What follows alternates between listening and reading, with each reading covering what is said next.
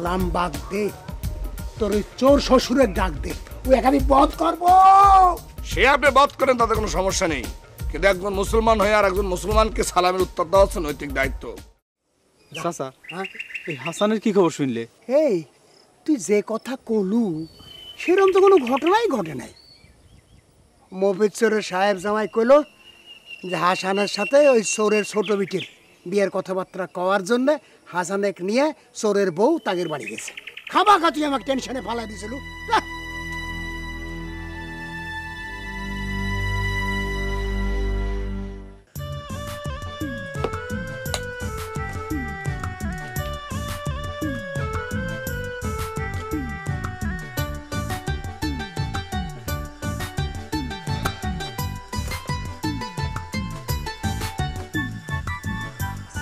যেসব শুরু হয়েছে তাতে আমার গয়নাগুলি দেখে রাখলাম। তারা বড় লোক মানুষ, তাকারে যে গয়না হারাইছে ইচ্ছে করলে ডবল গয়না একদিনে কিনে দিতে পারে। আমরা গরিব মানুষ, আমার এসব সাবধানে রাখা লাগে। কি কও? আমি আর কি কব শোনা, ধরবির গেলি পরে আমি আমার মুখের ভাষা হারা ফেলাচ্ছি। কে আবার কি হয়েছে? দিলভার কি তোমার কোনো কথা কইছে? না, তার সাথে তো আমার দেখাই হয় নাই শোনা। সে তো আমার কাছে এসে করছিল তোমাকে সাথে করে নাকি গলা কাটা বোয়াল মারতে আম্মা কানবে যাবি। কি সর্বনাশী কথা কত! সর্বনাশী কথা করছে ওকে শোনা। এই মুহূর্তে তো আমি মনে করি যে আম্মাকে ফিরে আনাটা খুবই জরুরি। হাসানেক রক্ষা করার ছাড়া আর অন্য কোনো বিকল্প রাস্তা নাই শোনা। তা ঠিক আছে, কিন্তু তাই কাও তুমি যদি ওর সাথে আম্মা কানবে যাও, আব্বা তো রাগ হবে নি, সব দোষ এসে পড়বে তোমার উপর। আরে তোমার মেজো ভাইয়া সে সুযোগ পাওয়া যাবে না। তোমার কথা অবশ্য ঠিক শোনা, কিন্তু মনের মধ্যে কিরম যেন অশান্তি ঠেকতেছে।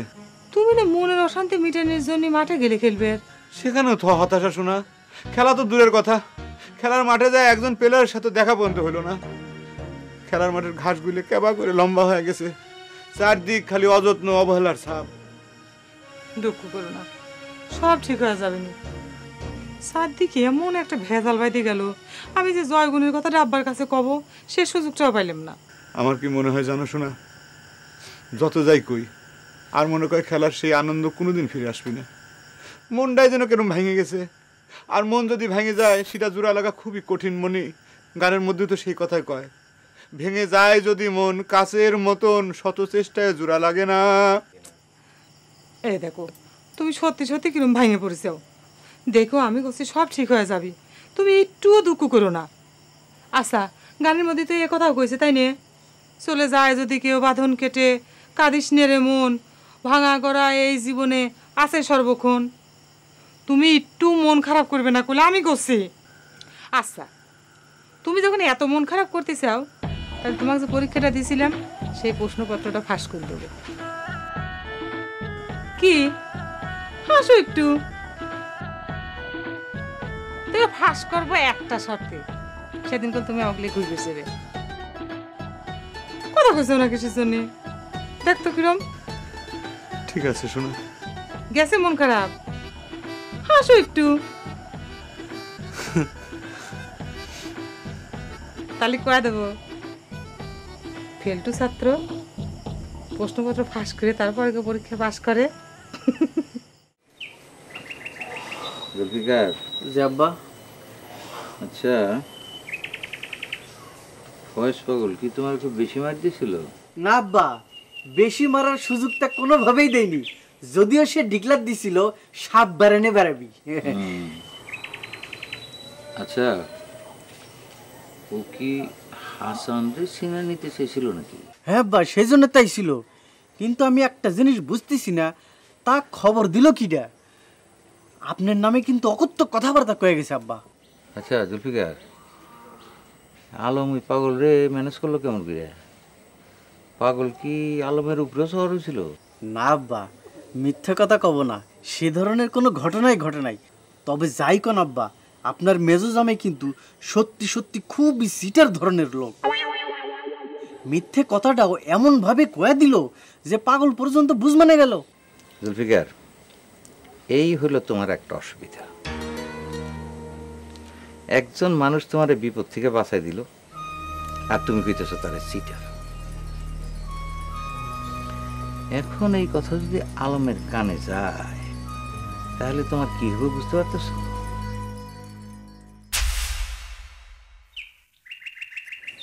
ওই দেখেন আব্বা।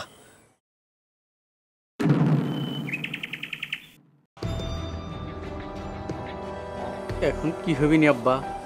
আম্মা তো মনে করে ফিরে আইছে। ফয়েজ পাগল এক না হয় সিটারি কথাবার্তা কে বুঝ দেয়া গেল, কিন্তু আম্মাক বুঝ দেওয়ার ক্ষমতা তো কারণ নাই আব্বা। চুপ কর তো তুমি, ব্যাপারটাকে বুঝতে দাও। তোমার আম্মা তো তাড়াতাড়ি ফিরে আসতেছে কেন? তার কানেও কি হাসানের খবরটা পৌঁছে গেছে নাকি? কি দেখতেছেন চাচা?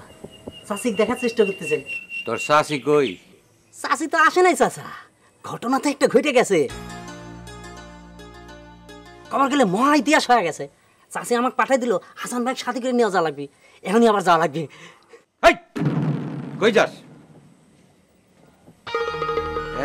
একদম অ্যাটেনশন হয়ে খাড়া থাক। এক পা নড়লে একের পায়ে নলি ভেঙে দেব। আই, কার পারমিশন নিয়ে তুই গলাঘাটে বল মারি গেছিলি? হ্যাঁ, আগে সেইটার বিচার করে নেই, তারপরে তোর ইতিহাস পাতিহাস সব গল্প শোনা দেব। একদম খাড়া থাক।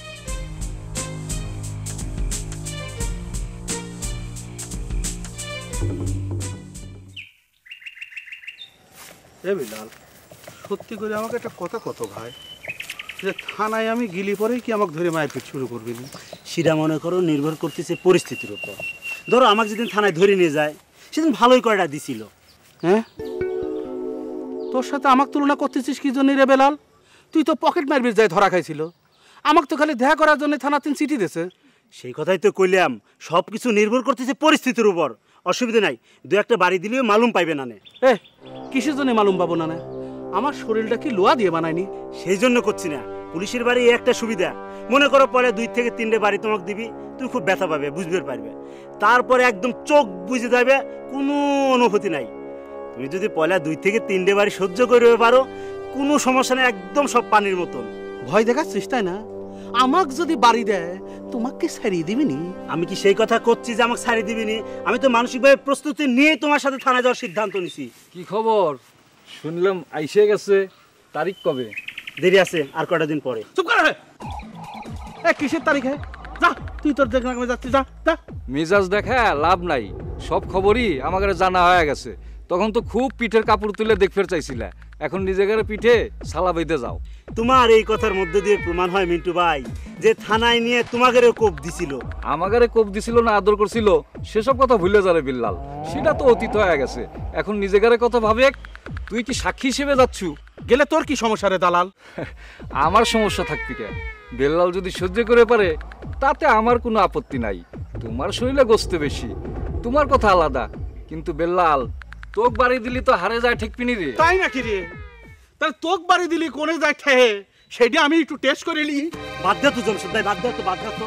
হাতি নদে পড়লে ব্যাঙও লাথি মারে, তাতে কি হাতির কিছু যায় আসে? আগে থানা থেকে ঘুরে আসি, তারপর সব ব্যবস্থা নিয়ে চলো। আর বাদ দে তো ভাই, আসো তো। যাওয়ার আগে বইয়ে কয়া যাইস জমশেদ, জেলখানা যদি দেখা করবে যায়।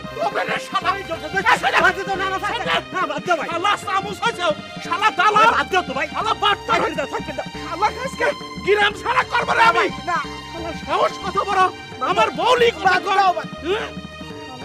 গেল শালা।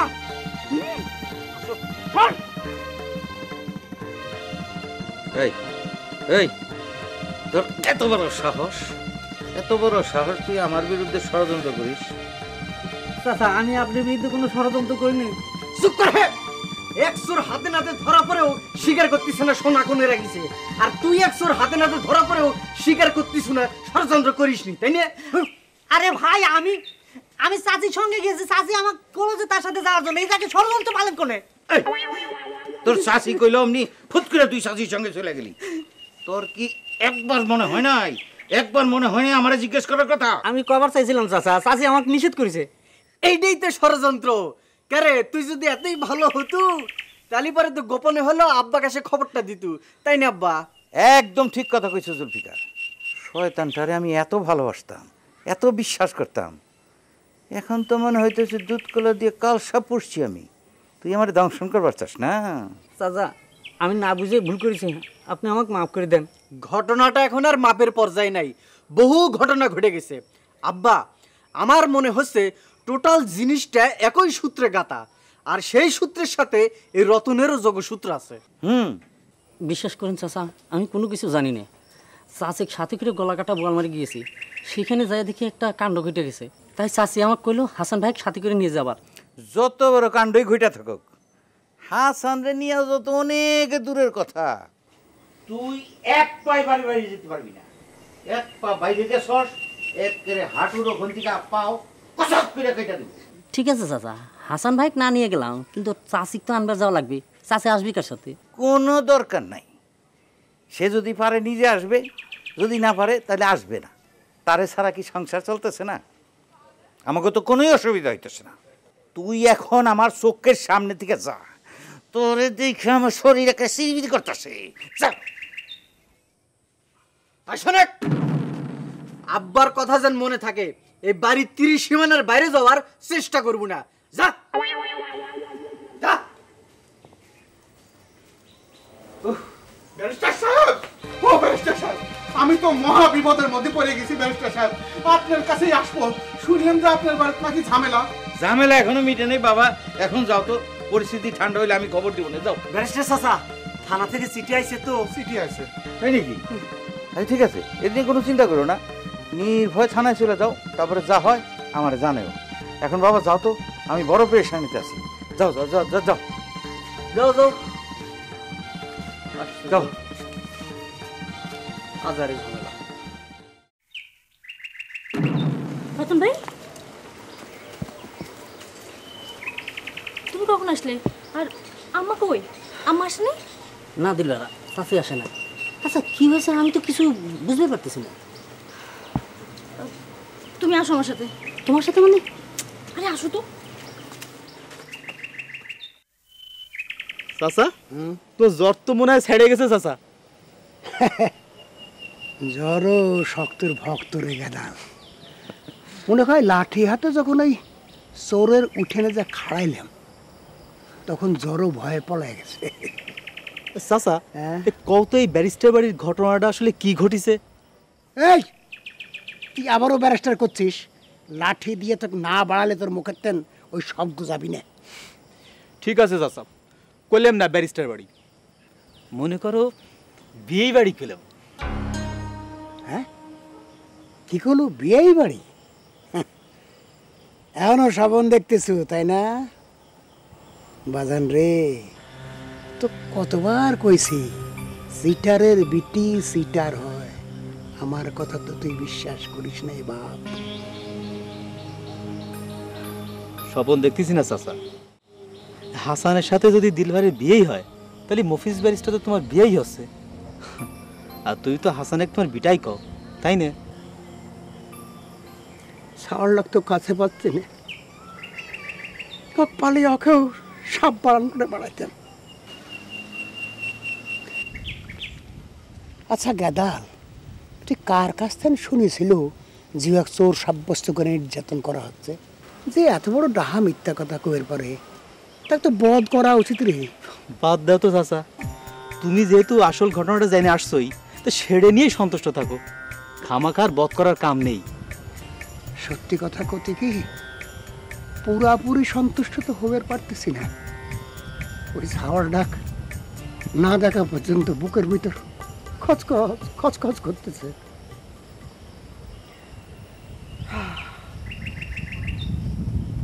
আচ্ছা কেদা, তোর এক সত্যি সত্যি যদি বিয়ে হয়, তাহলে তুমি এরা ঘর বর দেখবে যাবেরই পারে নাকি খুশ? হ্যাঁ,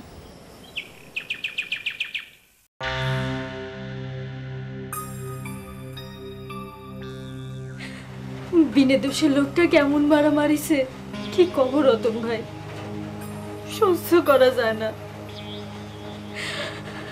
আমি তার হাতের বাঁধন খুলে দিয়ে গেলাম পলাবার জন্যে, কিন্তু তাও রাজি হলো না। ওই জুলফিকার এমন সুযোগ পাওয়া গেছে। আমি আসলাম এক হিস্টোরি নিয়ে, আর এখানে ঘটে গেছে আরেক হিস্টোরি। কি হিস্ট্রি নিয়ে এসো রতন ভাই? না চাচির নিষেধ আছে, কোয়া যাবি না। হাসান ভাই নিয়ে আইজে ফিরে যাওয়ার কথা কয়েছিল। তো এখন তুমি কি করবে? সেই চিন্তাতেও করতেছি। হাসান ভাই নিয়ে যাওয়া তো দূরের কথা, আমারই তো বাড়ি বাইরে যাওয়ার কথা নিষেধ করে দিয়েছে। আমি নিজেও তো রেডি হচ্ছিলাম গলা কাটা বুয়েল মেরে যাওয়ার জন্যে। এত করে সবার হাতে পায়ে ধরলাম যে আমাকে একটু নিয়ে যাও, সকলে খালি নিজের স্বার্থটা দেখতেছে। সেটাই তো স্বাভাবিক দিলবাহার।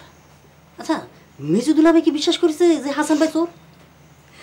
কি কও তুমি?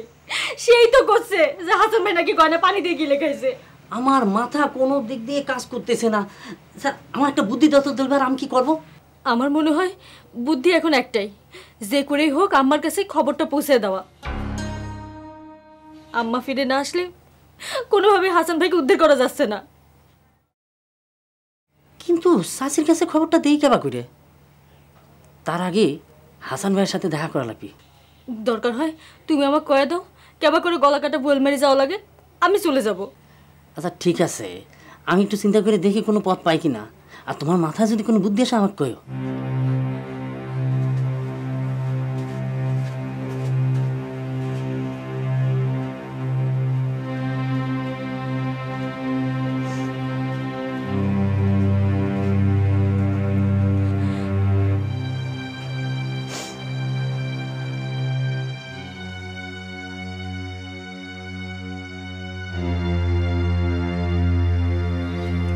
রতন আসেই ষড়যন্ত্র শুরু করে দিছো, তাই নে? নিজেই একটা ষড়যন্ত্রের মধ্যে আছো তো, তাই সব কিছুর মধ্যে ষড়যন্ত্র গন্ধ পাস, তাই না? তোর এত বড় সাহস, তুই আমার তুই দিগেরি করে কথা কস? হ্যাঁ কইছি, যা পারিস করিস। তোর হাসান ভাইয়ের পরিণতি দেখেও কি তোর শিক্ষা হচ্ছে না রে রতন? হ্যাঁ, তুই কি চাইস যে হাসানের সহযোগী হিসেবে আসামির লিস্টে তোর নামটাও চলে আসুক? কইলাম তো তোর যা ইচ্ছে করে নে, কিন্তু টাইম বেশি নাই। কিসের টাইম রে? ভয় দেখাচ্ছ না? তুই কি জানিস যে এই মুহূর্তে তোর পিঠের ছাল তুলে ধর আমি ব্যবস্থা করতে পারি? জানবো না কে? একদিন চাচি বাড়িতে নাই আর অমনি সব ক্ষমতা হাতে পেয়ে গেছু। হ্যাঁ, যা ইচ্ছে করে বেড়া, তবে সবকিছু হিসাব রাখিস। আমারও তুই ভয় দেখাচ্ছ? কিসের হিসেব রাখবো রে? হিসেবের আগে তোমাকে সব ষড়যন্ত্রের জাল ছিন্ন হয়ে যাবি। হ্যাঁ, তোরা যা চিন্তা করতিস সেটা কোনোদিনই হবি না। একটা কথা মনে রাখিস, মানি লোকের মান নষ্ট করে কোনোদিন কেউ বেশি দিন গদির টিকে থাকতে পারেনি। বাপরে, মানি লোক? কি রে তুই মানি লোক? আর কইস নে, হাত পিল হয়ে যাবার পারি। ইয়ার কি করতিস না? ঠিক আছে, ইয়ার কি করতে থাক। আগে তোর হাসান ভাই দুরস্ত করে নি, তারপর তোর কেসটা আমি হাতে নিব। কিরা হাসান ভাই দুরস্তি করবি তুই? শোনাই ছোট মুখে একটা কথা কই, তোর বাপ ওই যে মফিজ ব্যারেস্টার আছে না, তাক যায় কোষ, সেও যেন হুশ হইয়া হাসান ভাইয়ের সাথে ব্যবহার করে। কয়া দিলাম।